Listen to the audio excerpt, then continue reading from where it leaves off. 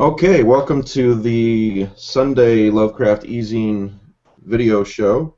Today is, let's see, it's May the 18th, 2014, and we were going to have Peter Kleins on the show today, but he sent me a very apologetic email, and he's extremely swamped with the book he's writing, so that's fine.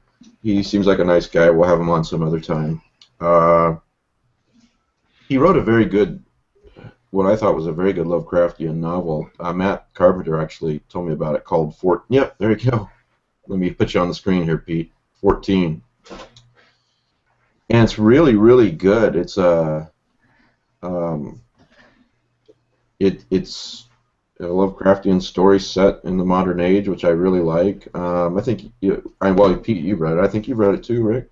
No, I haven't read it yet, but I will. It's really good. This guy gets into an apartment, and some strange things go on, and they turn out to be Lovecraftian strange things, I guess. So, anyway, it's a really good book, and it's one of those books where I want to recommend it, but I also don't want to recommend it, and the reason why, as Peter Kleins was saying to me, he goes, I hate to tell anybody that there's a Lovecraftian theme in it. I just want them to read it thinking it's a straight-up horror book. And, I really see his point, but at the same time,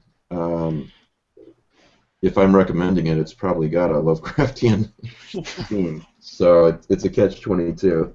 But believe me, that's not really much of a spoiler at all. You're going to love the book. So, have you read it yet, Justin? I have it on my shelf, but I haven't read that one yet, no. Yeah, it's pretty good. Very, very readable. And Pete said he found a extra copy of, I'll put you on the screen again, Pete, of The Color Out of Time by Michael Shea, and he's gonna give it away. We'll give that away to a random live viewer before the show's over. So keep watching. Hey, Matt. Hey, how are you? Good. How are you? You're out in the sun. Yeah, gorgeous day here today for a switch. Well, that's good. Yeah, it's too hot outside already. Yeah, it's no longer in the 40s and raining. I miss 40s and raining, but you probably don't. Oh no, when I'm done here, we are not staying in Illinois. Oh my Lord. Are you going to move to God's Waiting Room in Florida, where Pete is? That's basically right. That seems to be my wife's ambition, too. Well, I'll tell you what, Rick, I'll switch houses with you. I'll switch too. I miss fall. What's Color Out of Time about? It's been so long since I read it. One of you guys would do a better job describing it. Color Out of Time is about two guys who are, they discover that their local reservoir is tainted and by something that they can't figure out. Is this the Michael Shea novel? Yeah, Michael Shea. It's a direct sequel to Color Out of Space. Almost, but it takes decades later, but it's but it does take the tack that Lovecraft was writing the truth, and hiding it in his fiction. So that can be done so wrong, and it is done wrong a lot. But I don't think Michael Shea gets it wrong, of course. Well, that came from Derlitz. Derlitz started that whole. As you said, he made The Outsider, and Others a mythos film. Yes. Yeah. I gotta say, I thought the book was mediocre at best. I was about to say I think Matt disagrees with us because he said something about it before. Right. Well, it wasn't. No, it wasn't his best mythos story. No, well, it was his. What I view it is like it was an example of him perfecting his craft, because his later work is so great. It was really he was copying Lovecraft's style to a large degree, I think. Yeah, I mean, this is only his third book. So. And it's very Derlethian too. Yeah. But I think there are some good Derlethian works out there, but this is not one of them. But that doesn't Now mean we're not everybody going that to wants give to you get away. a copy of the book are going, I don't want it now. I mean, no, is it the best Lovecraftian book out there? No, but I do think it's a good book. So, but You can get a copy for $1 used. Yeah. What's the risk, you know? Go ahead and get a copy. Make up your Yeah, own mind. what's the risk? I'm going to send you the book at my cost. So. Well, even like if we take, Lovecraft, I mean, even though Pete is in love with Herbert West Reanimator, objectively, that's not his best work. Even though it's enjoyable and to read, let me get out of the way here. No, I'm just saying, if all Lovecraft had written was stuff like Herbert West Reanimator, we wouldn't be having this chat right That's true. I think that's true. And please let me express my concern at being pigeonholed. As a sorry, dude, you're the Reanimator guy. I know that I quickly went that direction, and yeah, I'm going to milk it for all it's worth. But I think that what you'll see is the Weird Company breaks that. Well, even Reanimators was going off in a lot of non-Reanimator directions. Yes. I thought we were all of the opinion you ride old Bessie till she goes to the glue factory. Well, you can absolutely, and I am going to write a parallel novel to my parallel novel. Oh yeah. Yeah, the third book I'm working on, which is about, I would say, 40% done, is going to be titled Reanimatrix. Is it starring who's the lady in question? What'd you say, Matt? Is it who's the lady in question? Is it Ephraim Wade? Is it Xanath or what? Actually, it's Alan Halsey's daughter. Oh, really? Yes. Oh, are you borrowing from Stuart Gordon in a sense? Megan Halsey. Yeah, I'm borrowing. Well, we've all, Dan Kane is now the name for Lovecraft's Herbert West assistant. There's no doubt about that. But I really did want to go back, and I wanted to write a story about the next generation of people coming up.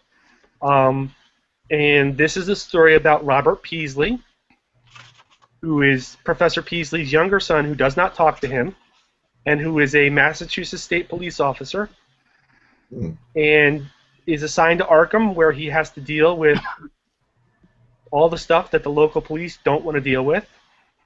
And he's the X-Files there.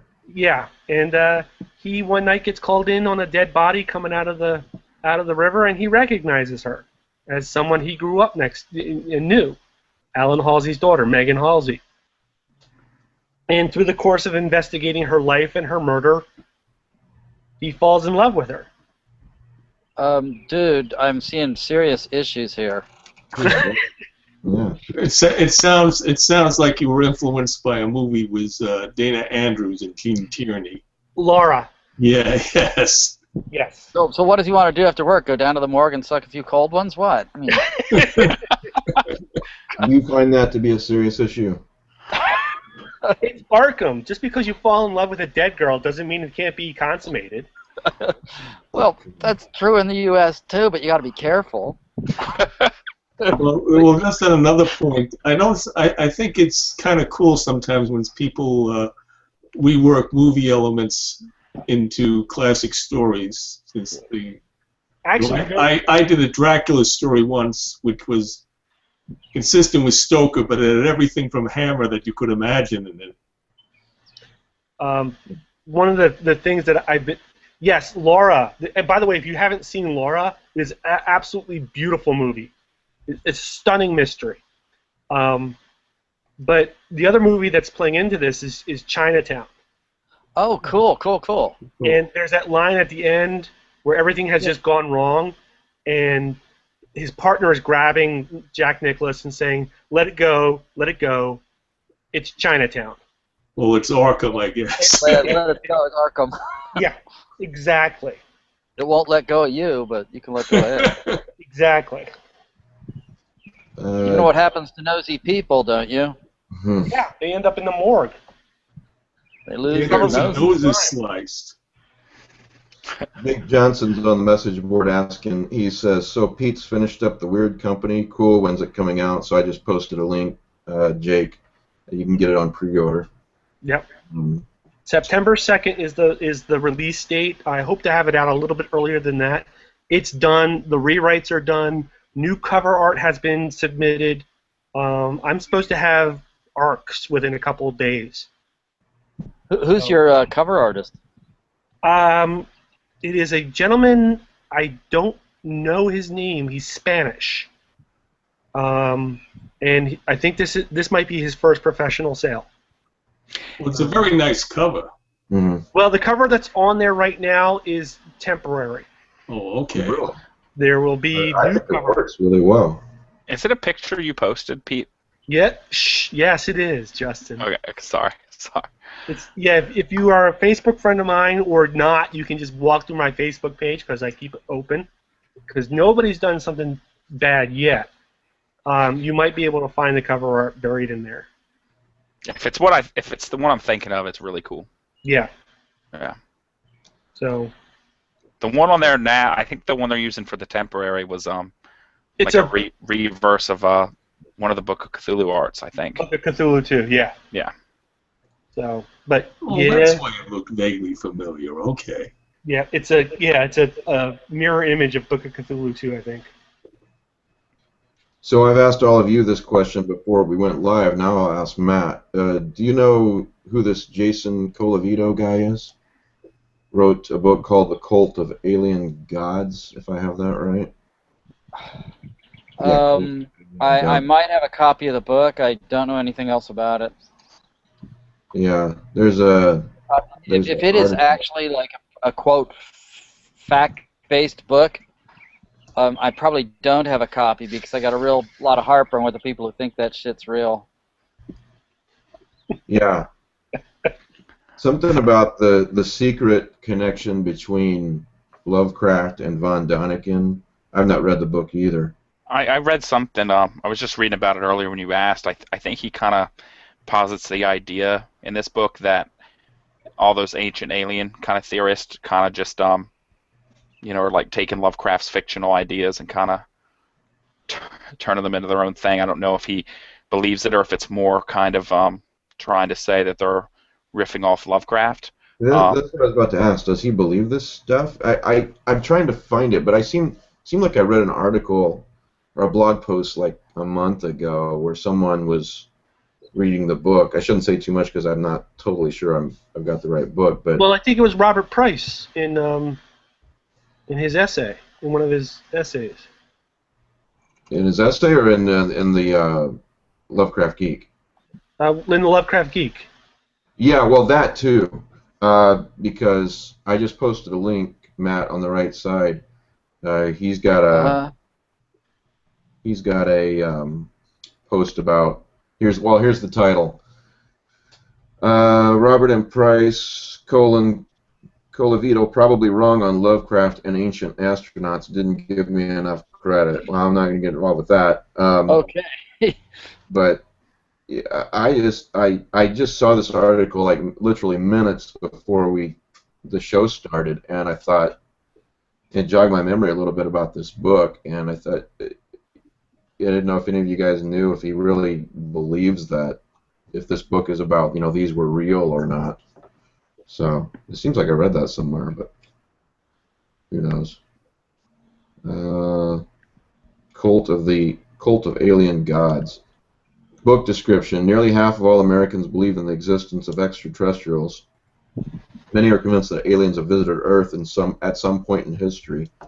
Going on the shocking new evidence proves that the entire genre of ancient astronauts is based upon fictional horror stories, whose author once wrote that he never wished to mislead anyone.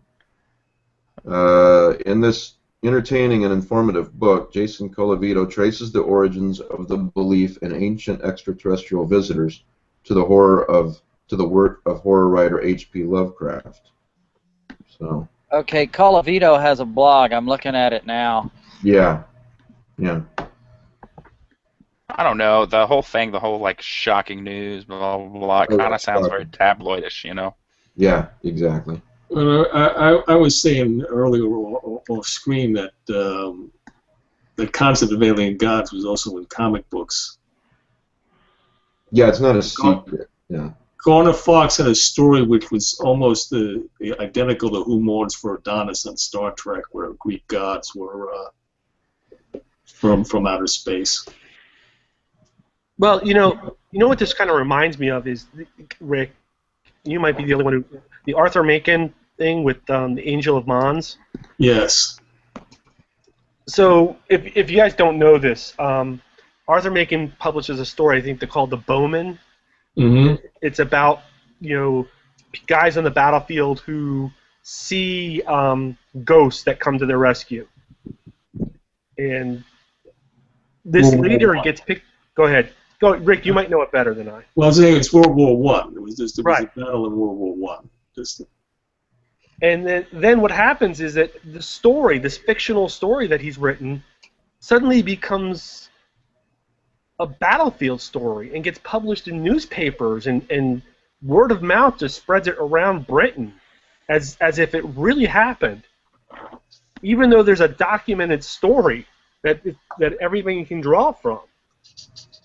Well, there's another precedent in that Arthur Conan Doyle wrote a explanation of, it's really the Mary Celeste, but everybody called it the Marie Celeste, about that ship that they found deserted in the Atlantic, I believe, and that British ship that they couldn't find where the crew and everybody and all the passengers went.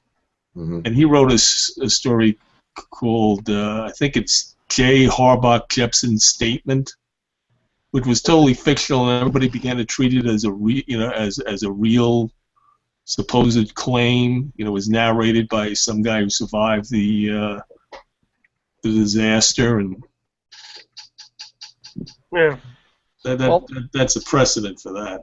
If I look at Colavito's blog and reading it in 5 minutes from it, it looks to me like what he is interested in is the way that people take both science and pseudoscience and sort of incorporate it to express their worldview. See what I mean? So it's more like, not that he believes necessarily in pseudoscience because he publishes like in Skeptic magazine, but that he's interested in how people will adapt it and use it to present or color their worldview. If he publishes in Skeptic magazine, then I don't think he's... yeah, I'll have to read the book because it sounds like he's just presenting it as something interesting, like you just said. Yeah. Okay, it's I don't know. Something I might not invest sufficient ATP in to find out anything about, Yeah, well, if I'd have found this blog post like this morning or yesterday, I'd probably be a little bit more prepared, but I saw that right before the show started, and I thought, that looks kind of interesting. Well, if you end up reading it, part of it, or just glancing through it and think it looks interesting, I might give it a go, but otherwise, I can't even keep up with my other stuff, Yeah, I doubt I will. Here's a description of the book at about.com, just a couple of bullet points. Description argues that belief in ancient alien visitors can be traced to the fiction of H.P. Lovecraft. That's kind of a stretch, but I guess I'd have to read the book. Bullet point 2, detailed analysis of Lovecraft's writing as well as detailed analysis of the development of belief in alien visitors over the past decades. So, I don't know. I remember, did you ever read The Dragons of Eden by Carl Sagan? Yeah. I could be getting this wrong, but he said how, if you notice, a lot of the people who described that they were abducted by aliens or saw aliens think that the aliens look almost exaggeratedly infantile. Yeah. Big head, big eyes, hairless, small. And there was some psychology behind that, behind the way that people were perceiving these things, either their hallucinations, their fantasies, or whatever, and expressing them as aliens, and why they all kind of look the same. Do you recollect anything like that, Pete? I remember reading that. Yeah, I do remember reading that, and I also remember reading something along the lines of that the abduction phenomenon doesn't start with aliens. It No. starts. It Yeah. can be traced back to much earlier times. But they weren't aliens then. They were. They were fairies or Naturally, yeah. goblins or yeah. Or devils or gods or whatever. Right. Right. Yeah, well, then it made more sense, I can accept that, but aliens? Well, of course. Yeah. It So was, it was those little people that Arthur Machen and Robert E. Howard write about. Yeah. Ah. I always find it interesting that Arthur Conan Doyle, who created Sherlock Holmes, who is just a tremendous example of scientific and logical reasoning, himself was not that way at all. I mean, he was a big believer in fairies and all kinds of weird stuff. But a lot of that happened after his son died in World War I. Really? So, it's sort of like, if you have a traumatic experience in your life, you find religion. Mm-hmm. Well, I mean, who wouldn't want to believe that? Like Carl Sagan said it much better than I can, but who wouldn't want to believe that after we die, we're going to see our loved ones again? In some kind of paradise. I'd like it to be true, but. He ruined Professor Challenger for that. I mean, because in the last Professor Challenger book, Land of Mysteries, Challenger becomes a spiritualist and believes in seances and so forth.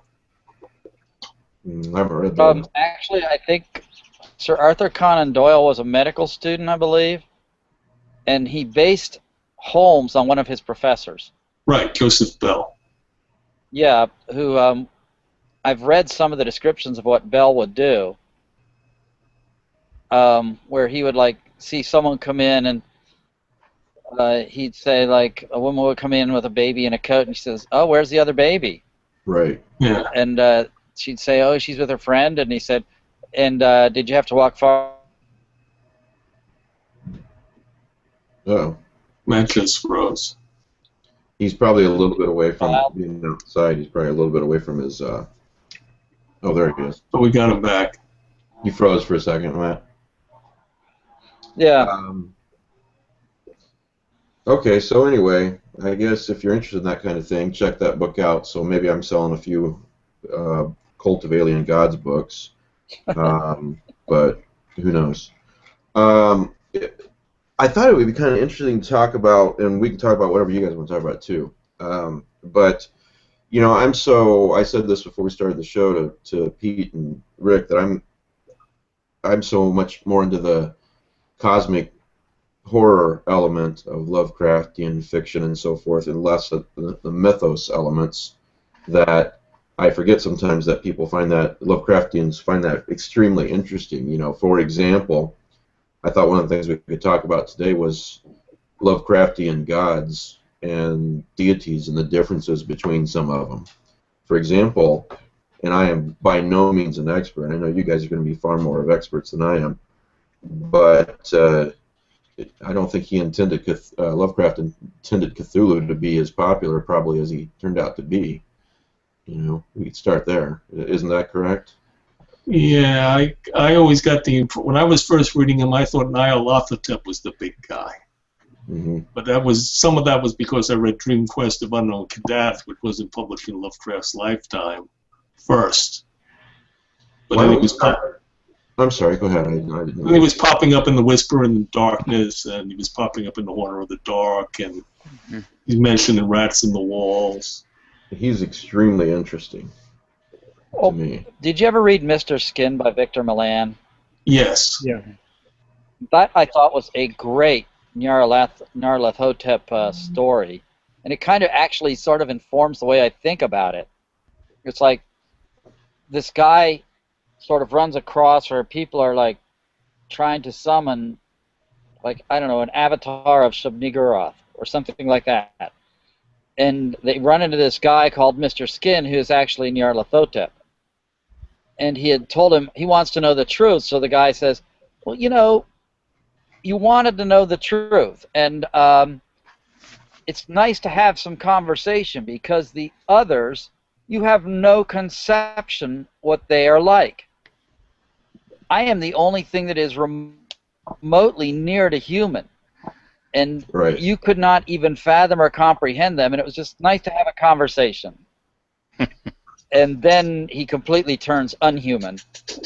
It was just really kind of interesting that the reason that this entity is so interesting is it is more like us than the others.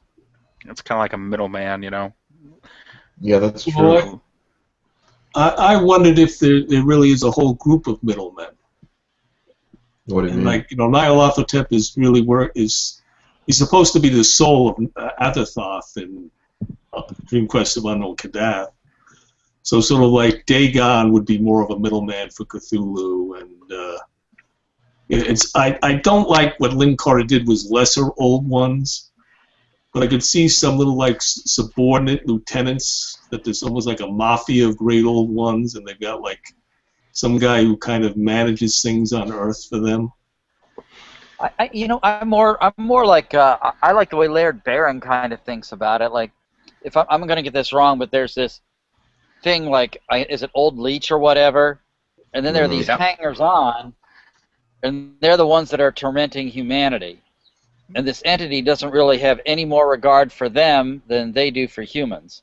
Yeah, the old leech, you know, it's like a big mindless kind of force in the cosmos, and then the children of old leech are the ones that you kind of see in the story, you know, like the men from Portlock, the one where they have the the lumber camp, you know, Right. and that figure he meets at the end, he goes back to the camp and it's all empty, and there's that creepy guy kind of popping out from the tree and like talking to him, you know, and I always kind of saw them, you know, I can definitely kind of see that parallel, you know, Yeah. because they interact with humanity and you know, worship and serve a higher power themselves, Which may regard them not at all. Yeah. Something I'd like to throw out there too about Cthulhu is, why exactly did he become so popular? Especially if, I mean, what's so great about Cthulhu that he caught on the way he did? I mean, that's the first Lovecraftian monster that everyone thinks about, you know. Well, it's sort of Lovecraft's breakout story. yeah. Yeah. Okay. It's a very accessible story, I would say. I mean, it was the first Lovecraft story I've ever read, and the one that I was most familiar with. In many ways, it's almost a mystery. It's assembled as a mystery story, with, you know, oh, I got this little clue here and I got this little clue there, and I'm putting it all together, and the ultimate conclusion is this. Yeah, which is one of the reasons why I like that story so much, and probably many others.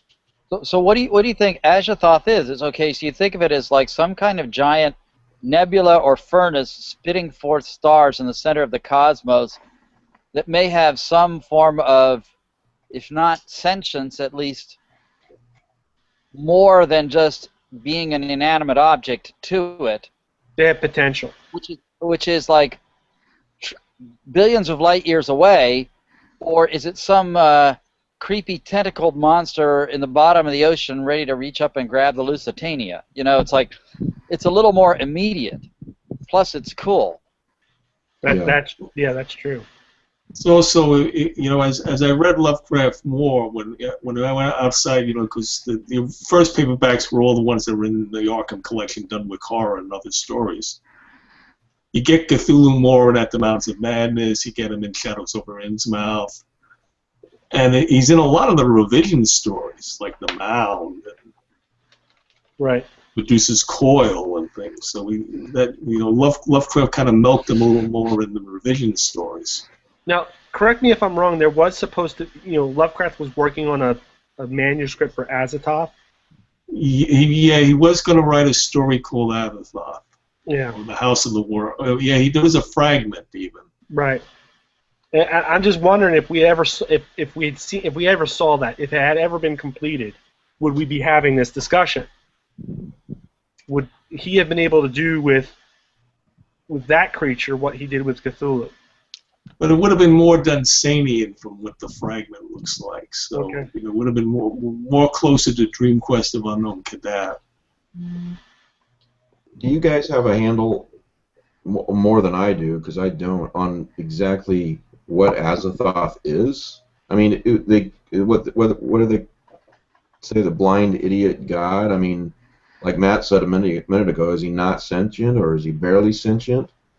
I always thought he was like, he just kind of represented just kind of a force of just pure chaos, Yeah, that's. I go with that one. Now, did you ever read The Island by Peter Watts? We've talked about it before. About there's No, I a haven't got spaceship it. in the far future of humanity. The spaceship goes around creating teleporting gates.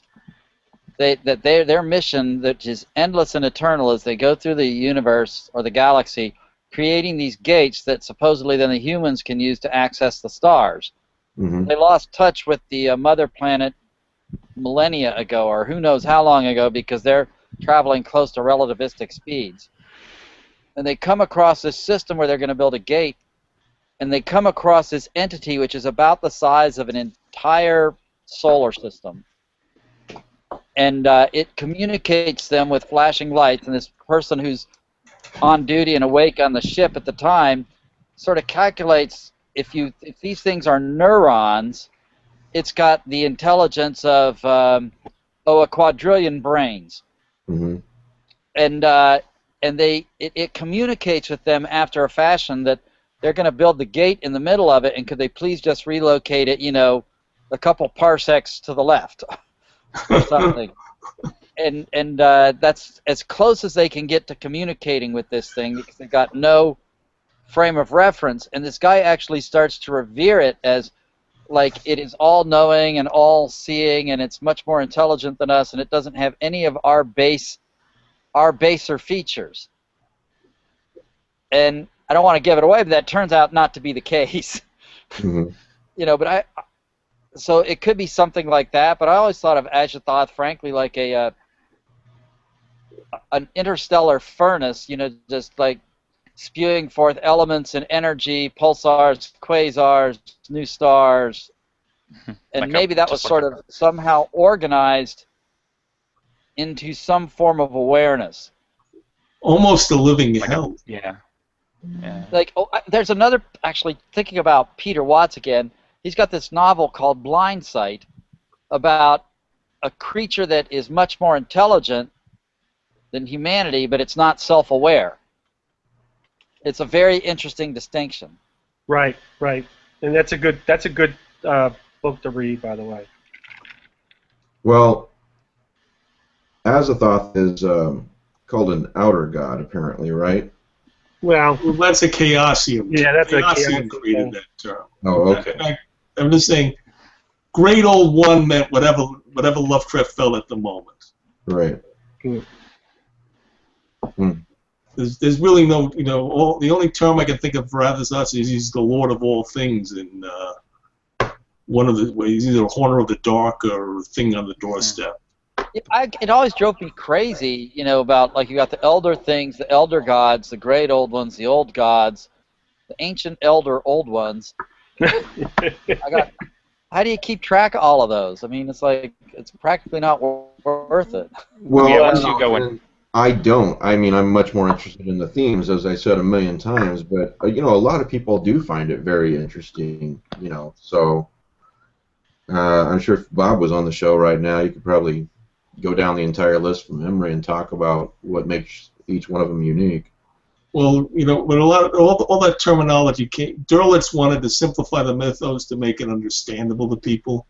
Mm-hmm. Because I remember when I was first reading Lovecraft, I was figuring out how do all these guys interconnect? Now I allow to Cthulhu, and then when you read your first Derlitz introduction, which you're not smart enough to know is totally made up by him, you think, oh God, now I understand how this all fits together. That's right. That's And then you cool. spend 20 years trying to wipe that from your memory. Right. Oh, Well, I caught it when I started to read the Arkham houses. When I collected all of Arkham House and I started to read them over and over again, I said, Derlitz made this stuff up. Yep. check this out. I'm kind of glancing at, as we talk, Wikipedia's page titled Cthulhu Mythos Deities.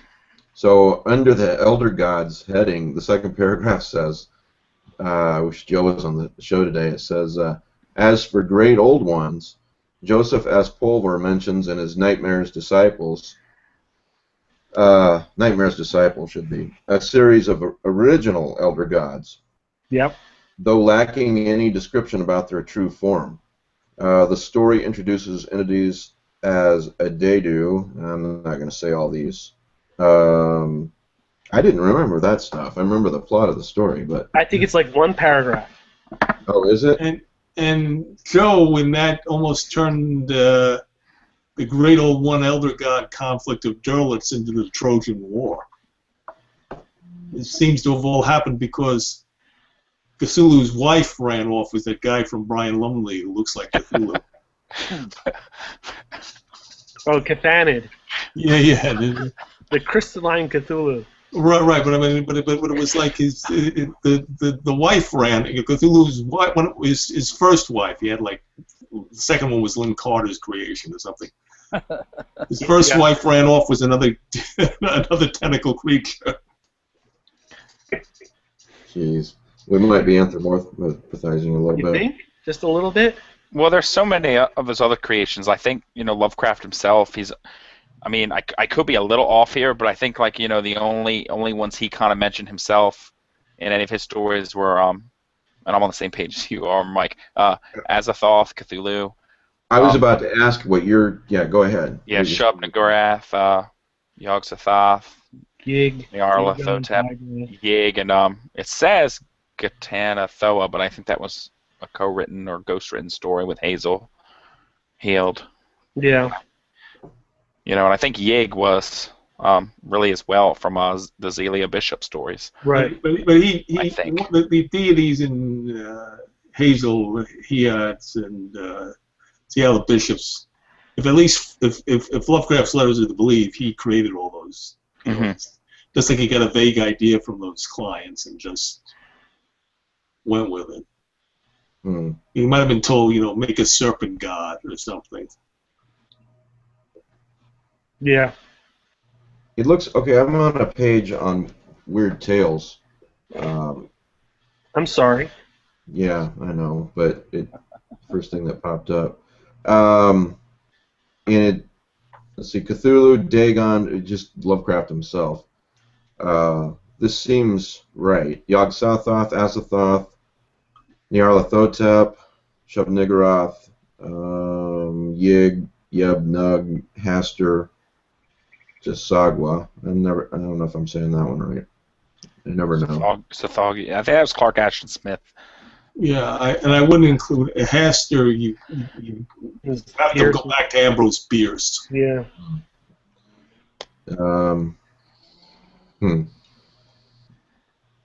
So okay. So in terms of, if we're gonna get geeky here, in terms of power. Wait, is it going to get geeky? Yeah, we never get geeky on this show. Never got We call it the Lovecraft. So speaking of geeky, if Cthulhu and Azathoth got into a fight, who would win? That type of thing. Who's got the most power?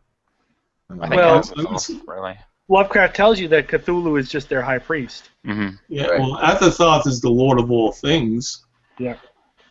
I think at least one thing Derlitz got right. Azathoth and Yog-Sothoth have to be at the top of the food chain there. Let me see what this page has to say about Yog-Sothoth. Well, I would just think that, again, it's like if you could imagine, if suppose you were going to go to the center of the galaxy, and what would you find there in terms of like a huge black hole or circling gas clouds or whatever, and suppose it has some form of intelligence without awareness, it wouldn't care any more about something as massive as Cthulhu than it would about us. Right. And then perhaps there's this thing, Yog-Sothoth, that is a way that you can access it. You know, or a way that it sends tendrils around everywhere within its entire compass, which is, say, the galaxy. I mean, don't they call him like the key in the gate, almost like he's some kind of, isn't that what The he's galaxy, doing? here it says, co-rules with Azathoth, of course we're quoting from Wikipedia, not Lovecraft, and exists at all places and in all times in the cosmos, yet is somehow locked outside the mundane universe. Yeah, let's be careful. You know, you can make these things whatever you want. I Yeah. really have I have heartburn with pantheons and genealogies about this stuff. Though some of that comes, Lovecraft did have a genealogy of Cthulhu. Yeah, I just don't buy it. You know, Talk it about was that in a then. letter to Willis. It didn't really work, you know. And the other thing I was saying, a lot of what we think about Yog-Sothoth really got imposed. Well, E. Hoffman Price wrote this story called Lord of Illusions, which there was a deity called the Space Presence that Lovecraft, sort of as a favor to E. Hoffman Price, rewrote and made it Yog-Sothoth, since that seemed to be the closest thing to what Price was describing. But a lot of what we think of Yog-Sothoth really came from Price rather than Lovecraft. Mm-hmm. Huh. I mean, there's all these other ones who came up with the idea of, like, what's an outer god, what's a great old one. Well, and then, and Matt might know what I'm talking about. In taxonomy, we have guys that are lumpers and splitters. Yep. And, over the course of Lynn Carter's reign and the August Derleth's reign, there were a lot of splitters. And I'm a lumper. And when people talk, I'll give you an example. People talk about shoggoths and flying polyps and formless spawn and this, all these amorphous things. To me, they're all just, variations on a theme. I see. Yeah, I'm a lumper too. Then I see. Yeah. Great. The Elder Things created shoggoths, but the Elder Things lived on a number of different planets. Not all their shoggoths are going to be the same. And if Tasath Aqua steals a couple dozen and creates his formless spawn out of them, more power to him. They're just shoggoths and by a different name.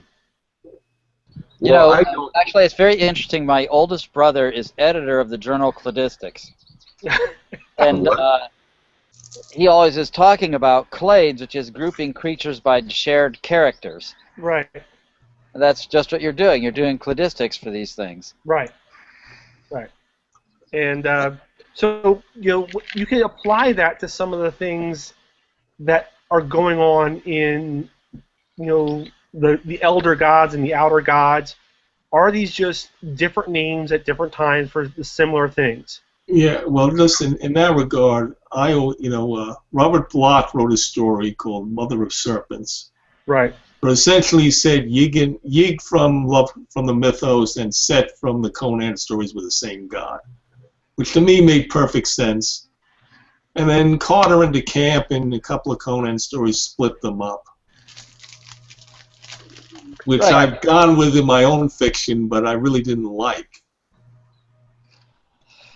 Yeah, and and there's some linguistic and grammar issues here, because when you have two gods that are separate and they begin assuming each other's roles.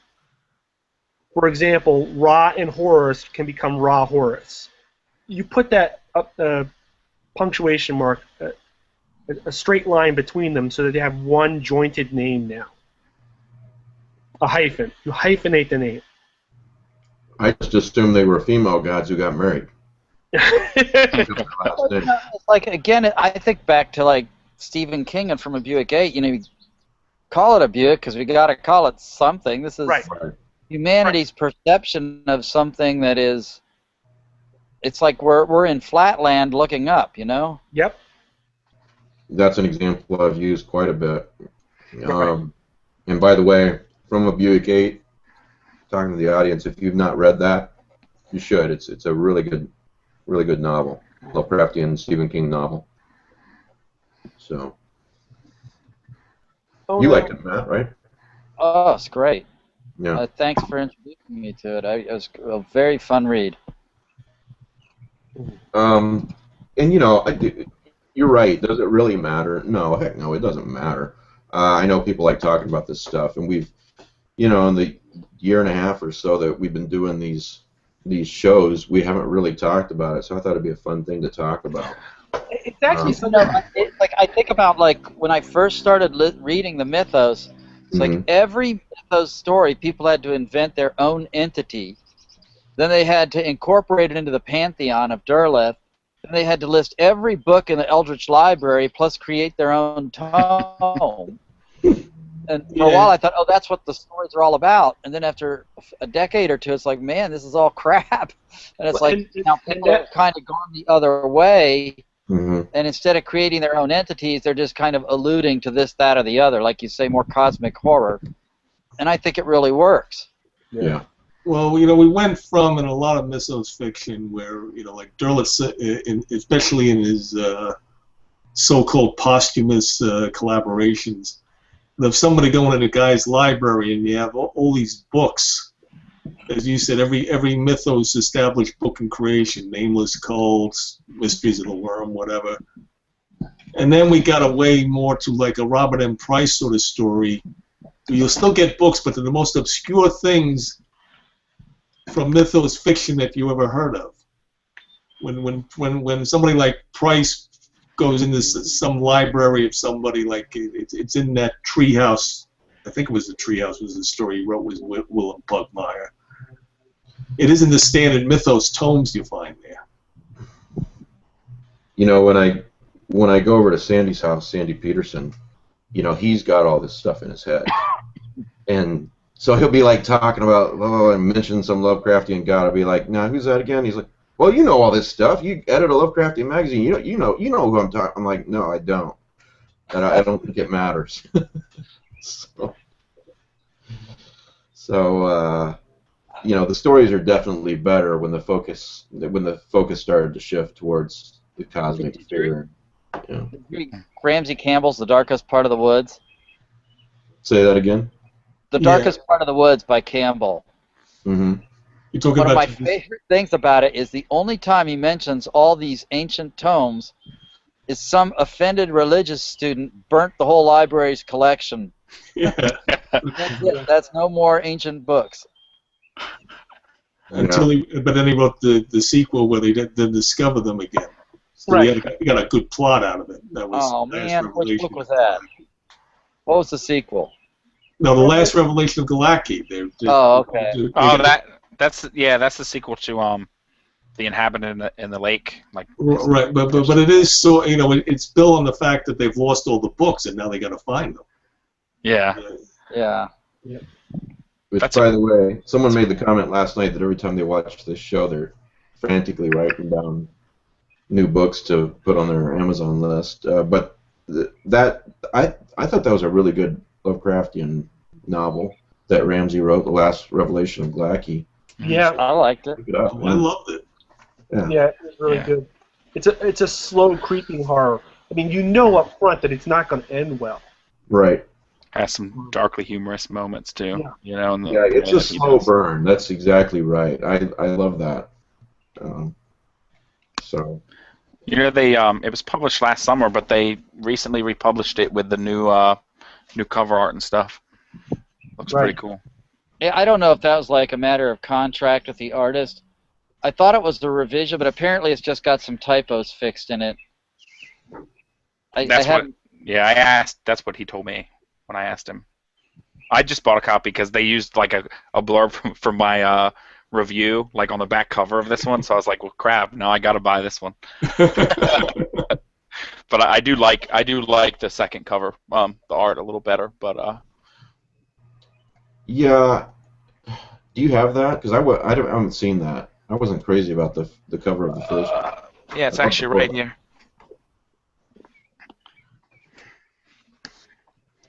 No, he's frozen. Oh, there he is. Okay, let me put you on the main screen. Hold that up. Oh yeah, I do like that better. Let's Yeah. keep holding that, Justin. Yeah. Oh yeah.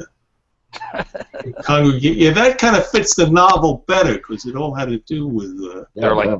faces melting off. It's pretty cool. You know, it's a You know, little you have to hold cartoony, that up but for most of it's the like creepy as well. You know, those faces are just they're kind of silly, but they're kind of creepy at the same time. I think it's pretty neat juxtaposition kind of going on. Yeah. All right, so let's see. So those, okay, so main ones, Cthulhu and Dagon, they're in the ocean.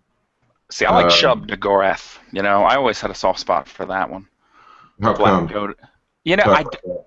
I don't know. I mean, the Black Goat of the Woods with 1,000 young, and I don't know. There's just something very kind of earthy and primal about Right. it. It's kind of like like this being that's kind of like a nasty, kind of twisted like mother figure almost. You know, that spews out all these kind of like things that are like her children, and I mean, I don't even think it really appeared in Lovecraft itself.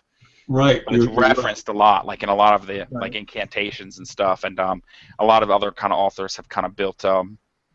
built a little The more. latest cool reference was in Equoid by Strauss, his novella.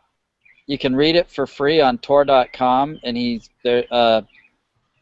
Subterranean Press is publishing a hardcover edition. I pre-ordered that. Explain what a unicorn is. And a unicorn is like this creature that has sexual dimorphism, markedly between the male and the female. And then what it turns out is if there can be induced to reproduce enough, then the entity that is perceived as Shub-Niggurath is actually the hive mind for all these creatures. And that's why it's like this fertility entity it is trying to get enough of these critters around that it can basically manifest through their minds. It was really very clever. But everything Strauss does is clever.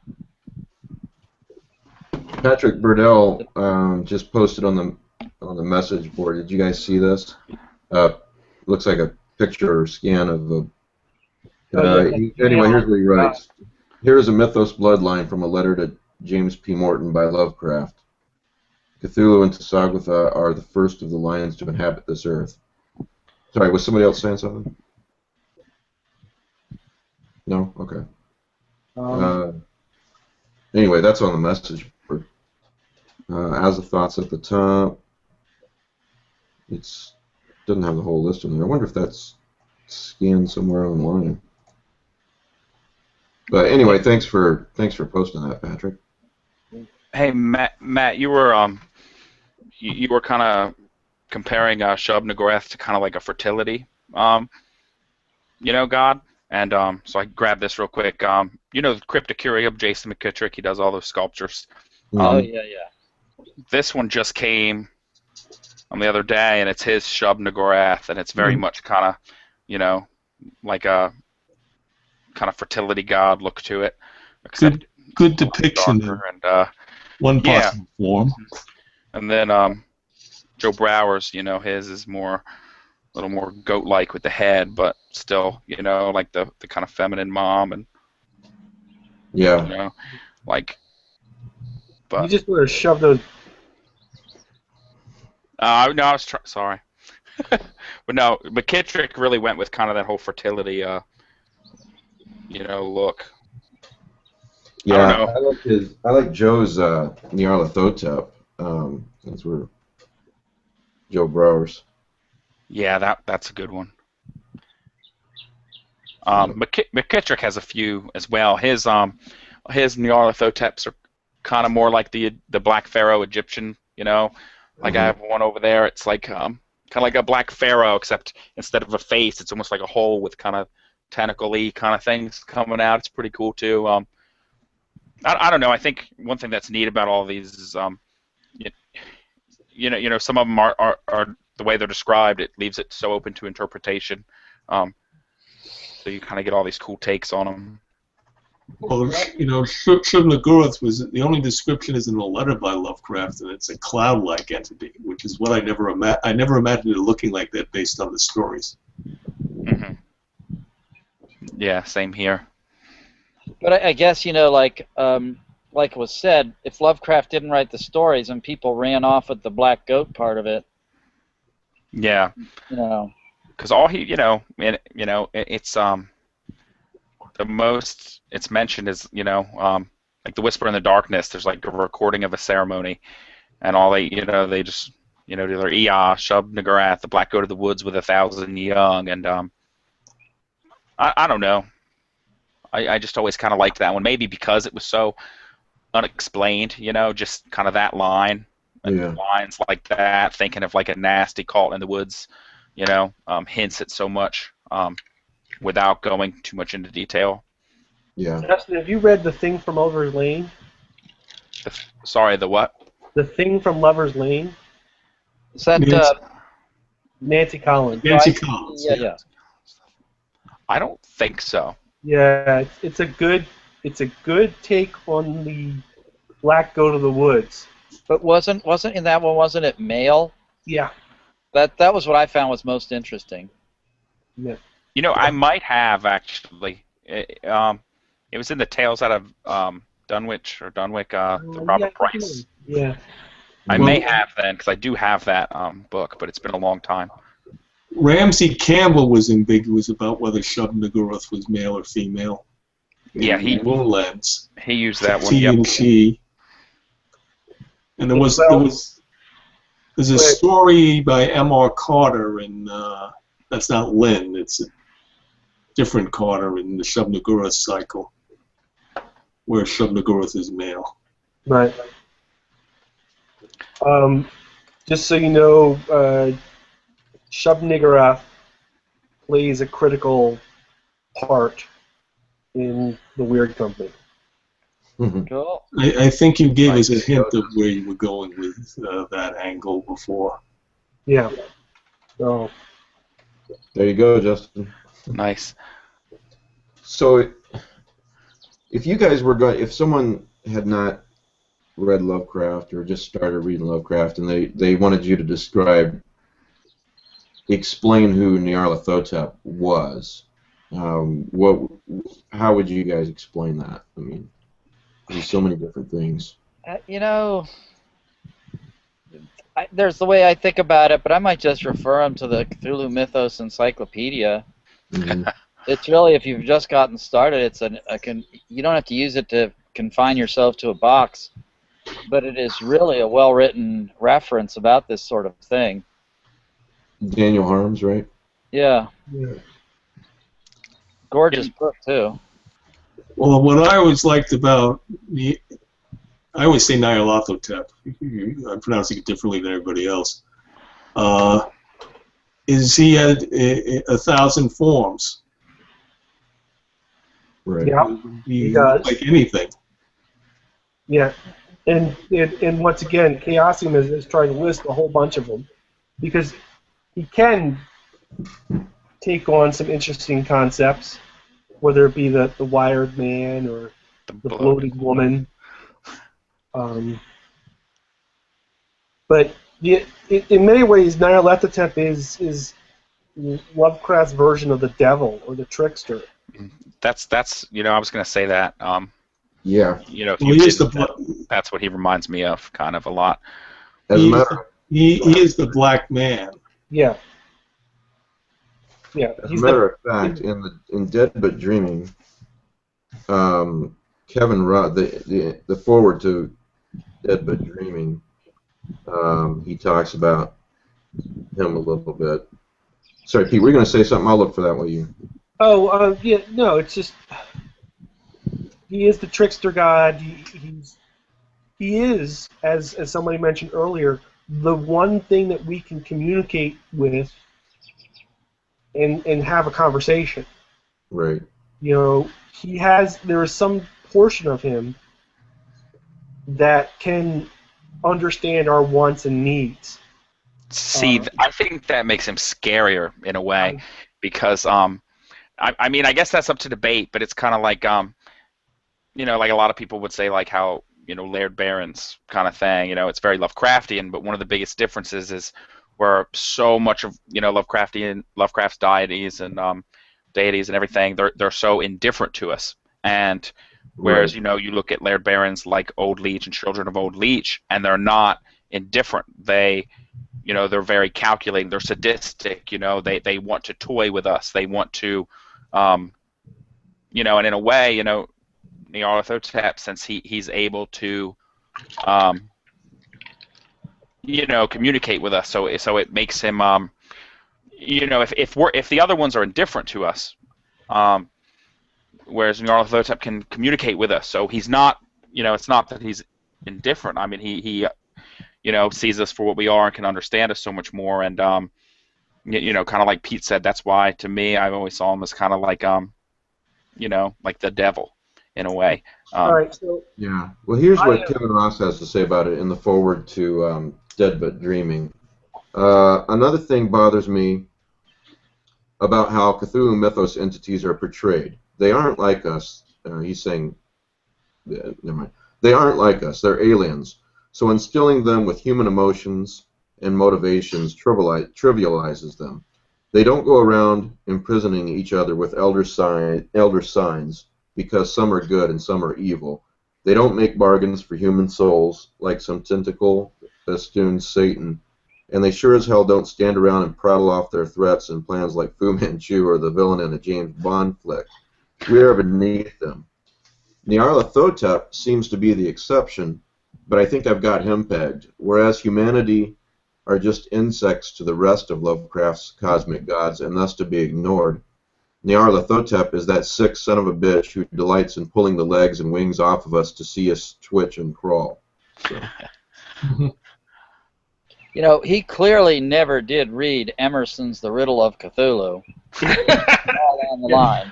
And neither did I, even though it's sitting on my shelf nigh on 10 years. No, never open it, Pete.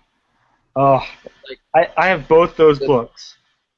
There's like a line in there, do what I want, bitch, or I will commence with my erotic experiments on your lush body. And this is Cthulhu talking to the heroine. So, okay, going back to Nyarlathotep. Yeah. I've mentioned it before.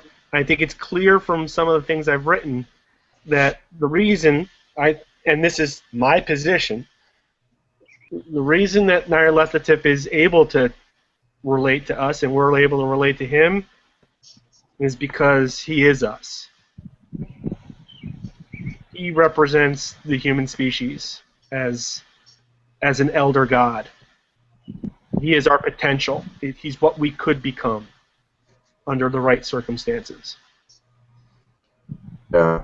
And this goes back to my theory that the So is he like a monster from the id, like Forbidden Planet?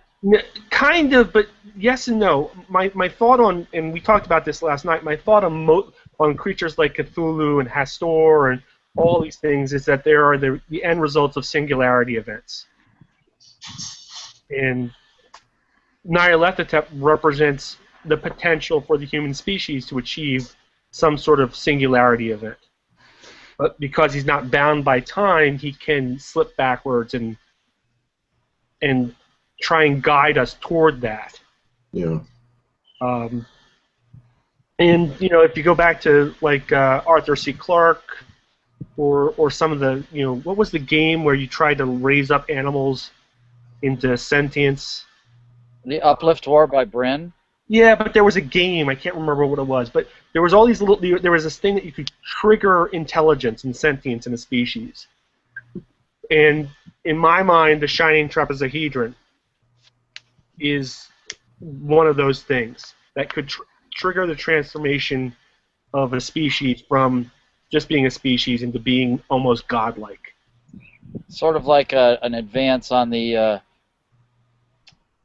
floating rectangle from 2001. Yeah, and that's why I mentioned Arthur C. Clarke. Yes. If you can do it at the right time, at the right place, which might look like magic, then the Shining Trapezohedron transforms the human race into Nyarlathotep, which is the whole theme behind my story in the Hall of the Yellow King. One thing I really liked about 2001 reading, which is a great art form but different, is they explain that that monolith.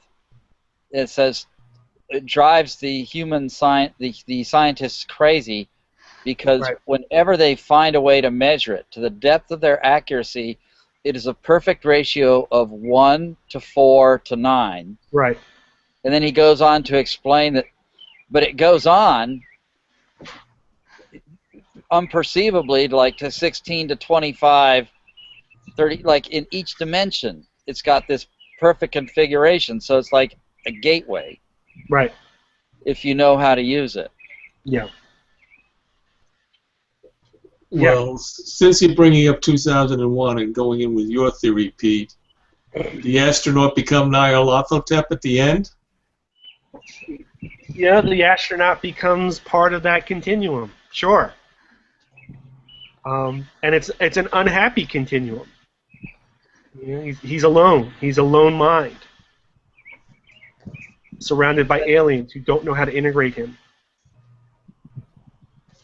Since I was reading the foreword to Dead But Dreaming, which, by the way, for anybody watching, if you've not read it, it's excellent. Essential. Essential is a better Is it word. available anymore? Yeah, it's been reprinted, hasn't it? The second printing's available. Yeah, but... Yeah. All right, hold on. Okay, go ahead, John. Say what you're going to say. Well, before I say that, just since you brought it up, look what I got there. What do you got there? Oh, you can't see it? It's I got it. like Yeah, Kevin yeah. Ross. Yeah. But anyway, I can't help but read another chapter of this forward because I think if writers that submitted to me understand, I mean, this says exactly what I'm looking for the most part, when I'm reading submissions for Lovecraft eZine. He goes on to say, one of the things in particular that I think is lacking in most modern Cthulhuid fiction is the sudden realization, the dark epiphany, that not only is man not alone in the universe, he doesn't matter a damn within it. A lot of horror fiction deals with the discovery of monsters. Shriek, there really are monsters, in parentheses. But in the end, we're left with the comforting impression that mankind is still the dominant race in the universe. The best Lovecraftian fiction goes beyond that, revealing to its characters that not only Shriek, there really are monsters, but also Shriek, these monsters are as old as time, as vast as the ocean, and as powerful as the sun. There is no God in Lovecraft's universe, or at least if there is, it's Nyarlathotep, and we're better off without him. It's that dark epiphany that sets good Lovecraftian fiction apart from the mediocre, at best.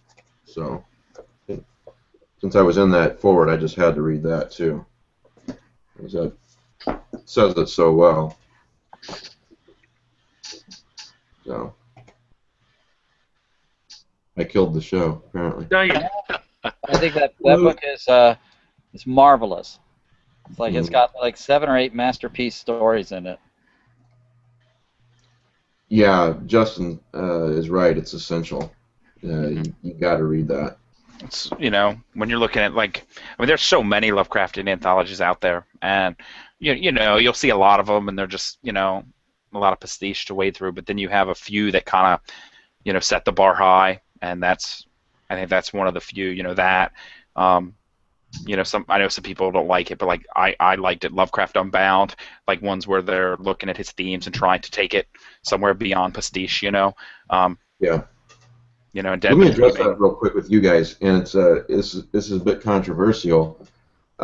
It could be. Joe and I were talking a few months ago, and he's like, "There's, Rick, Matt, you guys talk about how the problem used to be there just wasn't enough Lovecraftian fiction to read, in the 80s and 70s and so forth, right?" Right. So. And you had to hunt for it. Yeah. So, Joe's saying, and I don't disagree really, that the opposite problem is now that there's too much, and a lot of it is mediocre, and it's flooding the market with, well, there's just, here's what I'm trying to say, and here's what he said. I'm not. He didn't say it exactly this way, but there's another Lovecraftian anthology, ho hum, because there's a bunch of them. Right. Well, it's becoming part of popular culture, and that you're going to have what I'll say throwaway Lovecraft stories. Yeah. Which is like, since I'm a part of New Pope literature, you'll pick up something with, like the Green Llama fought Cthulhu. Mm-hmm. Well, and I got Coach's Midnight Diner, the Jesus versus Cthulhu edition. Yeah, Jesus versus Cthulhu. But you know what? Even having said that and mocking it, as most of it was just feel-good Christian literature with Cthulhu substituted as Satan, there was one story in it that I enjoyed the hell out of, where Jesus has to go. He hooks up with Satan. They go to a locker in heaven and they pick up Mjolnir, and they head out to Relia to do battle with Cthulhu. Well, let me be clear. I'm not saying, for example, Justin and Ross just put out The Children of Old Leech. I'm not saying that. All right, you publishers out there putting out, and I'm one of them, putting out Lovecraftian fiction. Damn it, stop. I'm not saying that at all. But it seems like a lot of them are just sort of medium. I don't know if I want to use the word mediocre, and then some of them are great, like The Children of Old Leech. You can use the word mediocre. I'm reading New Tales of the Old Ones, and it's like bad tales of the new ones. Mm-hmm. It's not that good. Well, but you have to realize that you can say that, we hit a stint in like the 50s where mythos fiction was mediocre. But, repetitious Jolethian. Yeah. I mean, my problem is Derlis is not so much that he was so repetitious that we get the same books, the same quotes from the Necronomicon, the same explanation, the same plot of a guy buying a house in Arkham Innsmouth or Dunwich. Take your pick. And it burns down. Right. I mean, there were some good ideas lurking in those fiction stories. Gable Window has a very great concept in it, but I mean, it's just became so cliched that it destroyed all the good points of it. Right. But what Mike, I think, is talking about is stuff like Booty Call of Cthulhu. Yeah. Seriously? I am, but I'm not just talking about that. I am talking about stuff that attempts to be a serious Lovecraftian anthology, and maybe there's one good story, one exceptional story in there, and the rest of them are okay, but they're kind of forgettable. Well, and this is where I'm concerned. Well, this is where I'm concerned over the fact that Klinger won his court case about Sherlock Holmes. Mm-hmm. Will you explain? Because I'm not really following what's going on. So Leslie Klinger, who was doing the annotated Sherlock Holmes, wanted to do a new anthology, and the estate basically said, if you want to do an anthology, you have to pay us a fee, because we own the rights to Sherlock Holmes. And Klinger protested, and he took it to court. And basically, the judge ruled that a good portion of Sherlock Holmes is in the public domain, and the character, minus certain affectations, which appeared in later books, is in public domain. So you are free to write Sherlock Holmes stories as long as you don't reference these things that appeared in the later books, which are still in copyright. Right. Well, then why don't they let us do Steamboat Willie? So what's your point, Pete? My point is that yes, there's been over the last century there's been a flood of mediocre Sherlock Holmes stuff, but it's been kept under control by the estate. Well, no, I disagree. I think it hasn't been kept under control. They just went after the big publishers. Okay. Now There's not going to be any control at all. There's been a lot of schlock home literature. Yes. You know, we had a debate over Shadows over Baker Street. You know, I generally was not impressed by the majority of the stories there. Yeah. Study in Emerald being obviously an exception. There were other few good ones in there. Can we never say that title again? Yes, please. All right. We got to mention Peelan because he owes me $150. Oh, right. I remember that story. I just want to say that I just mentioned that because I was say I'm not trashing the whole anthology, but I felt the whole concept. We had this debate before. I felt the whole concept of Holmes versus the mythos doesn't work. Yeah. Because I agree. the majority of stories turn him into somebody like Thomas Carnacki. Right. And I have like Sherlock Holmes Dreaming Detective and the old chapbooks that I can't even remember who put them out. Well, you know, here's what Joe said to me. He goes something, and I don't want to speak for Joe, and I'm definitely paraphrasing, but he said something to the effect of, I wish he was here. He must not be feeling good today, but he said something to the effect of, you know, don't these publishers have a responsibility to slow the hell down a little bit instead of jumping on this, if it's a Cthulhu Lovecraft book, it's going to sell bandwagon and not overly flood the market. So I'm throwing the question out there. I'm not saying I know the answer. Okay. Okay. If you want to get into if only in evolution things truly looked at the big picture, then trees would only grow so tall and they wouldn't block out light to the forest floor. But that's not how they think. They don't think at all. They exploit their environment. Right.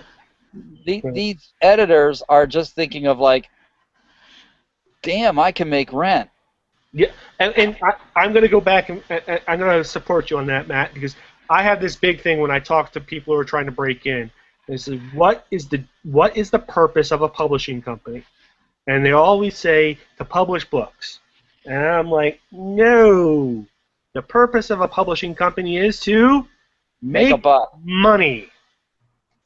And if you can milk the Lovecraft cow, then you will do it. And also, we should point out, and this came up earlier, you're going to get that great breakout writer whose early stuff is not going to be up to par. You know, just like, you know, Michael Shea's, at least in my opinion, Color Out of Space. If you want to get into Michael Shea, you should read it. It shows how he developed as a writer. Right. But it's not the autopsy. You've heard the thesis of like, to get any kind of mastery in any subject, it just takes 10,000 hours. If you work 10,000 hours in a given subject, if you practice the violin 10,000 hours, if you do math for 10,000 hours, if you write books for 10,000 hours, you will master the subject and be essentially a virtuoso. You know, everyone talks about Mozart being an absolute genius, and he was certainly a musical prodigy, but do you really want to listen to the stuff he wrote when he was 12? You know, compared to actually, I'm writing, as I've mentioned before, I'm writing a sort of, I hate the phrase self-help, but that's no better way to describe it, book that'll be published in a couple of months, and that's one of the themes. You know, Mozart, yeah, he was a musical genius. He was also, his dad also made him practice music 24/7 from the time he could, you know, almost before he could walk. You know, there are people that are just naturally more talented than others, but I think most of the time it's an excuse. If you want to be good at something, practice the hell out of it. Pete, how long have you been practicing your craft? I wrote my first story about demons and devils taking over a corporation when I was 12. Yeah, see? Yeah, you've been at this like 50, 60 years now. 80 or 90, I think. Yeah, and I wrote my first novella when I was like 16. Well, it's like you always wonder why, like, these authors, and they get their first novel and it's so great, and they're in their 30s. It's not like they weren't doing anything in their 20s, you know what I mean? Right. Right. Yeah, and Exactly. I've talked about this with other editors. Writing may be the only job where you have to be old to be good at it. Now, and that's not to say you don't have breakout guys who like Oscar Wilde or people who are able to publish in their teens and their 20s or even their 30s. You're always going to have those people who get good at something early. But it tends to, you have to tend to accumulate experience and want to talk about something before you're actually good at it. The best thing you can do, there's people that are rich, that are a lot richer than most of us. There's people that are better looking. There's people that are smarter. There's people that are more talented. Yeah, And that's those me. things, they definitely help you if you happen to be lucky enough to have them. But they're not a prerequisite. If you just do not give up, that's the main thing to remember. Keep Well, at the it. other thing is, like, another good point, Mike. It's like, do you guys know who Professor Greenberger is? He does the musical portions of the great courses from the teaching company. He's a pianist and lecturer and a composer. And someone asked him, like, what happens to these child prodigies who are like on the Boston Pops when they're 12 or 14 playing like a Mozart concerto and they seem so great?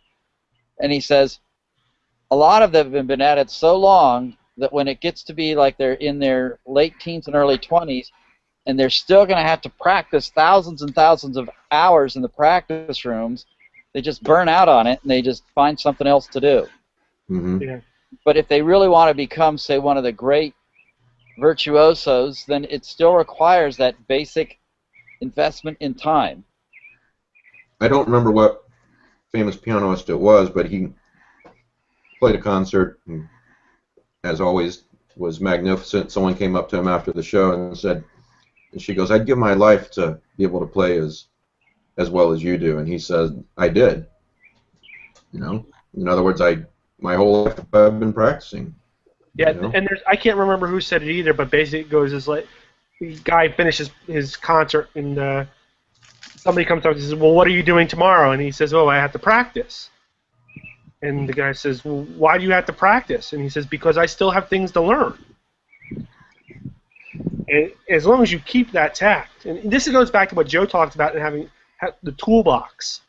Mm-hmm. You can always add new tools to your toolbox. Yeah. And not to mention, use it or lose it. There's that too. Well, and the funny thing is, I think my first professional sale came in 97, and then I didn't publish anything professionally until about 4 or 5 years ago, maybe 2010. Yeah. But it's not like you weren't doing anything. I wasn't. I really wasn't. It's so funny though. Rick and I watched these Justice League, the animated Justice League series. Rick, you remember that one where the villain says something to Batman about how he's different from the rest of the people in the Justice League? They've got powers and he doesn't. His reply was, actually, I do have a superpower. I never give up. Yeah. Yeah. So that's what it takes. And I don't know how we got on this subject, but that's exactly what it takes. Whether you want to be a great writer or great anything, And even if we go back to Lovecraft's early fiction, a lot of it was, obviously much flawed. Like, to understand Lovecraft, you got to read The Nameless City and The Hound or whatever. But you can see problems with those stories. Yeah. Yeah. But you can see him creating where he wanted to go. I mean, the great tragedy of Lovecraft is that he was just starting to hit his stride, and he finally figured out what he wanted to do when he succumbed to cancer. So, Yeah, I mean, Will Murray had an interesting point about that. They said, what market would love, I mean, we know he wants to get into science fiction, but, he's not the best person at marketing his own work. Yeah. I mean, it may have been, it may have been a blessing in disguise that he died when he peaked as a writer. I tend to take the opposite view, though. I don't think he peaked. I think if he would have just gotten better and better. You know, like Pete said, he was just hitting his stride. Well, the thing with Lovecraft that a lot of us forget is people at the time when they read him were put off by this whole mythology. Mm-hmm. We've got into it because we read them in a collection. Right. And if you read them in a collection, you can see it building, getting together. But if you're buying these, just haphazardly, like, was it Astounding Stories that put out At the Mountains of Madness? The reader reaction to that novel was like, don't ever publish something like this again. Because, what's also so interesting about Lovecraft is that at the same time, I don't know if cult followings, that's probably too strong, but these people that would write to him and add to the mythos and thought what he was doing was pretty cool. And they were way in the minority. But he was a writer's writer. The people who are reading and trying to write really understood what he was doing. Yeah. You see, it was like, getting a little wind. You got to put down. Sorry, what, Rick? I was going to say, it was just like, Robert E. Howard was sort of a writer who figured out the market. We had this discussion before. The way to get a cover in Weird Tales was to throw in a naked woman, mm-hmm. which is why he was writing Conan. So, I mean, it was this... Lovecraft was writing the stories that he liked. Oh, yeah. Yeah, exactly. Well, I think, yeah, you're exactly right. He thought, okay, what do people like? Well, they like naked women. Let's write some stories with those coming in there.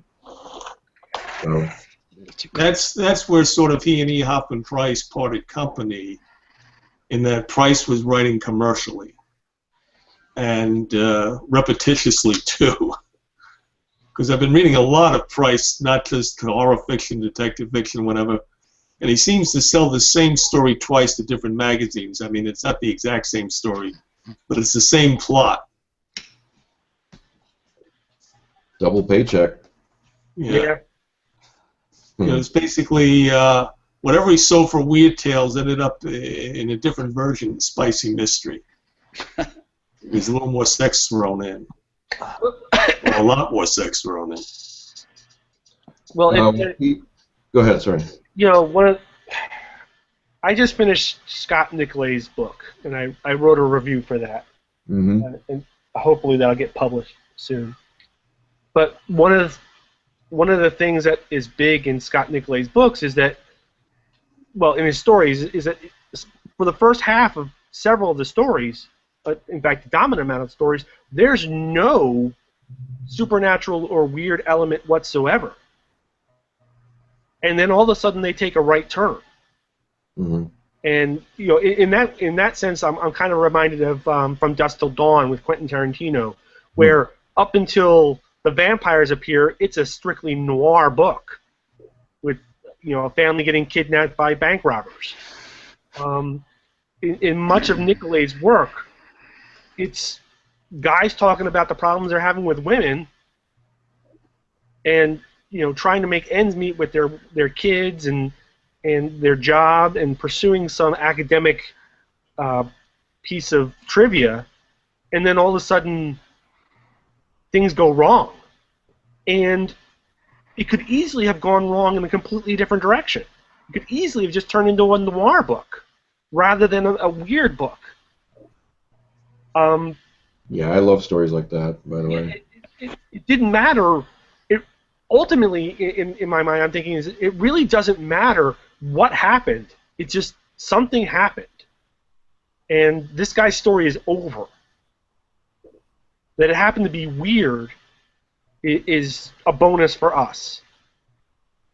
That's a little bit like Laird Barron's stuff. Yeah. Yeah, and he's a good comparison for Scott. You got this whole development where you get to know a person intimately in the mundanity of their life and their relationships, and then suddenly, out of left field. Right. Plus, it means more. They're not just some cardboard cutout character. It means more when something happens to them. Then, Yeah. you know. Yeah. You know, it's kind of, I think both of them, you know, there's a lot of noir there, you know, these kind of broken, Yeah. you know, men and women. Yeah. The story I'm most thinking about is Phragmites, which is set partially on an Indian reservation, and it spends a great deal of time developing how bleak the Indian reservation is, and how desperate those people are, and how cruel some of them are, and all this character development. And I could easily have seen this going into a southwestern noir story, and instead it goes into a weird story. But it could have gone either direction.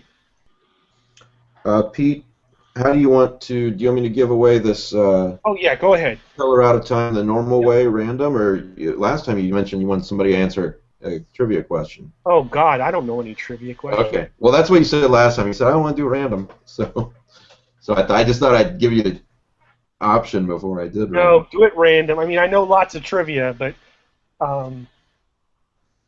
Okay then, if you want Pete to send you The Color Out of Time, Lovecraftian novel by Michael Shea, I said I'd give Pete and I said we'd give away a copy to a random live viewer, which is what you are if you're watching the show right now and not the recorded version. Send me an email and put Color Out of Time. I forgot the title there. I'm tired. Put The Color Out of Time in the subject.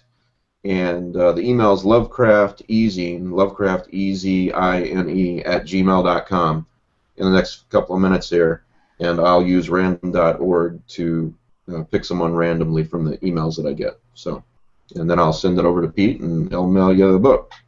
So next It does go out Saturday, media rate. I'm a cheap bastard. right. Media mail is the way to go. Next Saturday's show, we do this every Saturday at midnight Eastern as well, and Katie Parker, the lead actress from the Lovecraftian film Absentia, will be on the show, so tune in then and you can watch us talk to her about Absentia, and of course she's going to be one of the stars in the upcoming Lovecraft eZine films too, so so she'll be on Saturday at midnight Eastern, so we'll watch then. So thanks for being here, guys. I'm going to go eat supper and spend some time with Danielle before bedtime. So Thanks, Mike. It was a good show. Thanks, Yeah. Mike. Thanks for being Thanks, here, Mike. guys. And thanks everybody for watching. Appreciate it. See Talk ya. to you guys soon.